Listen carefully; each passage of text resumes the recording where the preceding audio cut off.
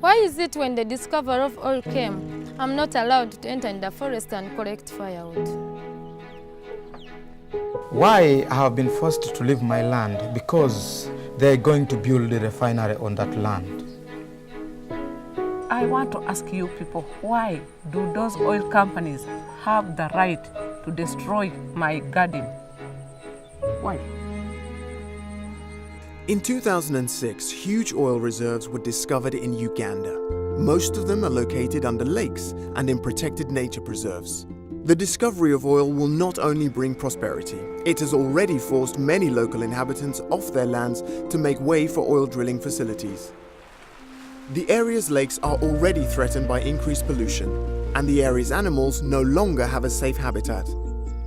This is the result of not only recent oil drilling activities under their homes, but also because of plans to construct airports and oil refineries.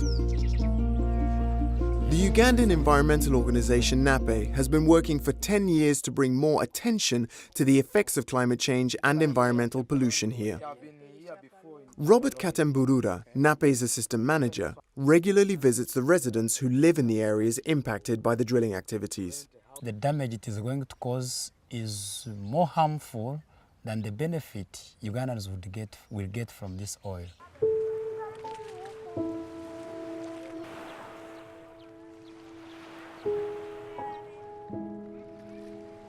During the drilling, there could be spillover if poorly drilled, and therefore this will affect the fish, it will die, but also the water will be acidic.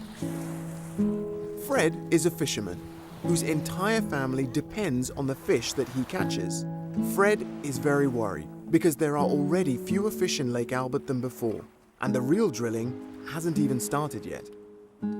But since oil was discovered, the fishermen increased. The catch is down, whereby at first people could catch a lot of fish. The fishing communities along Lake Albert are already crying of lake depletion. It means people are going to starve.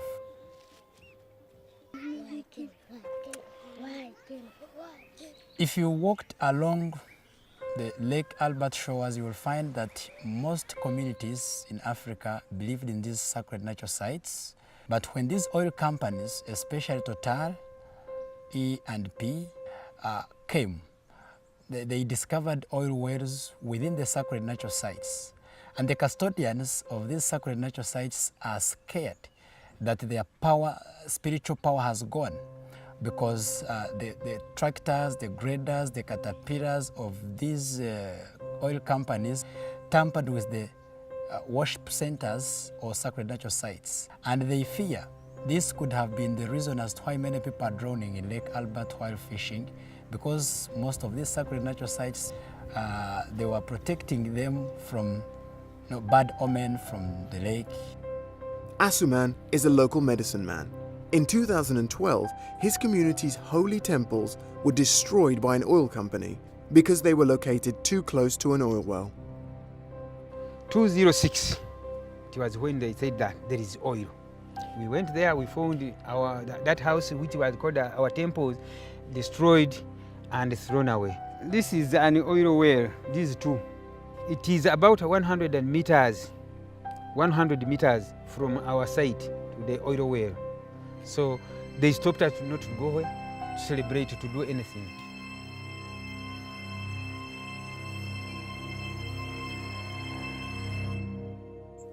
Meanwhile, oil was also discovered under Murchison Falls Natural Park, the natural habitat of many elephants, lions, hippos, and the almost extinct Rothschild giraffe.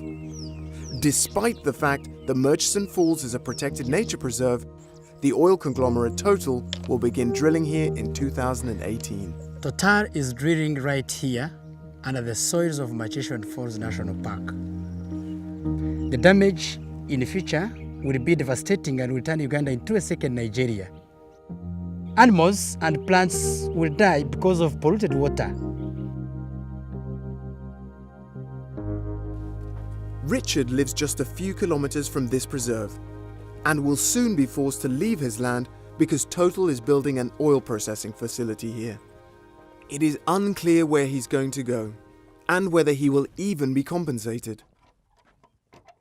I'm not happy because I'm going to lose my land.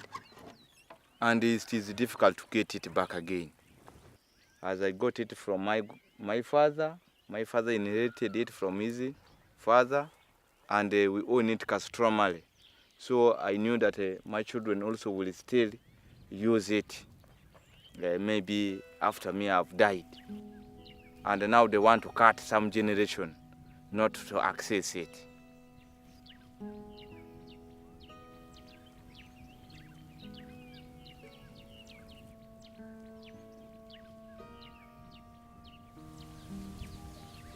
Julius has already evacuated his property, but has yet to see a penny of compensation. Have not feel well because I have not yet been compensated. The life cannot be good for you. When you don't have a land somewhere, you cannot manage. In Uganda, land belongs to people. But now how people have been compensated here, they are either offered cash as to go and look for where they can resettle, or they are given land somewhere else. First of all, these people who were given cash, it was either less what they expected or what they had valued from their land, or even those ones who got the money that was equivalent to their land were not given financial literacy.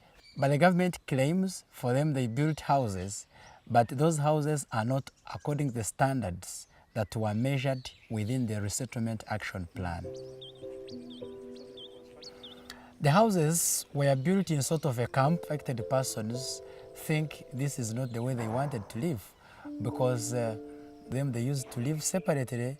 A family would live in its own land, in the farmland near, and a crowd of animals. But in a situation where they are in a camp, they said no. But the government has already forced them to enter the houses, and they say if they enter, the government has not lived up to its promise. Culturally here in Africa, they are supposed to have their burial grounds and they live with their loved ones once they die. There's supposed to be a public cemetery there. And so the elders, especially in that area, have objected that. They say they will not be happy, their dead will not be happy once they are buried in the public cemetery. Since the oil companies arrived, Yoram's village has been overrun by oil refugees, who cause a lot of local problems. For instance, there is a shortage of water and not enough land to grow food on. While some of the people were very generously compensated for being forced to move, they were never taught how to properly manage that kind of money. This has caused entire families to fall apart as a result of the dramatic changes. Because you find the little you had prepared for your family is now being shared by a number of people who were evicted from that place. Now the line at the water source is very long. Somebody who used to take about 20 minutes to get water is now taking over an hour to draw water from the source. What happened to the people who are compensated and got money was they were not prepared. When they got money, they misused almost a biggest percent of their money. And they were not guided. Some men went and married other women and abandoned their families. Some other men went and bought as many cars as motorcycles. They went and parked anywhere. We saw other men washing their motorcycles using beers and sodas. So at the end of the day, money was blown off. They are now wandering in neighborhood villages. Others are casual laborers. Others committed suicide. Others, you cannot even trace the family and say this is a family that benefited out of oil compensation money.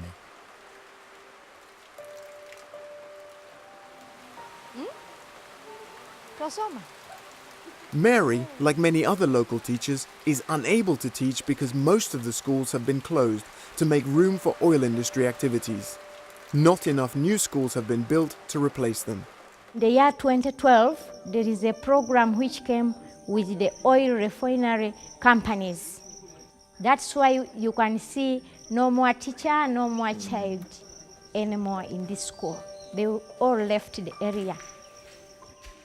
These schools in total had over 700 pupils. Schools are supposed to be relocated to other areas. But where they are supposed to be relocated, these schools are not there. They haven't opened. It means they are not in school. What happens, others are married off, others go to fishing. It's a challenge. Within a period of 10 years from now, the future of these children won't be defined. A person who is not educated may not get life. Plus 40, 48, CL. It will be part of the airport. Yes.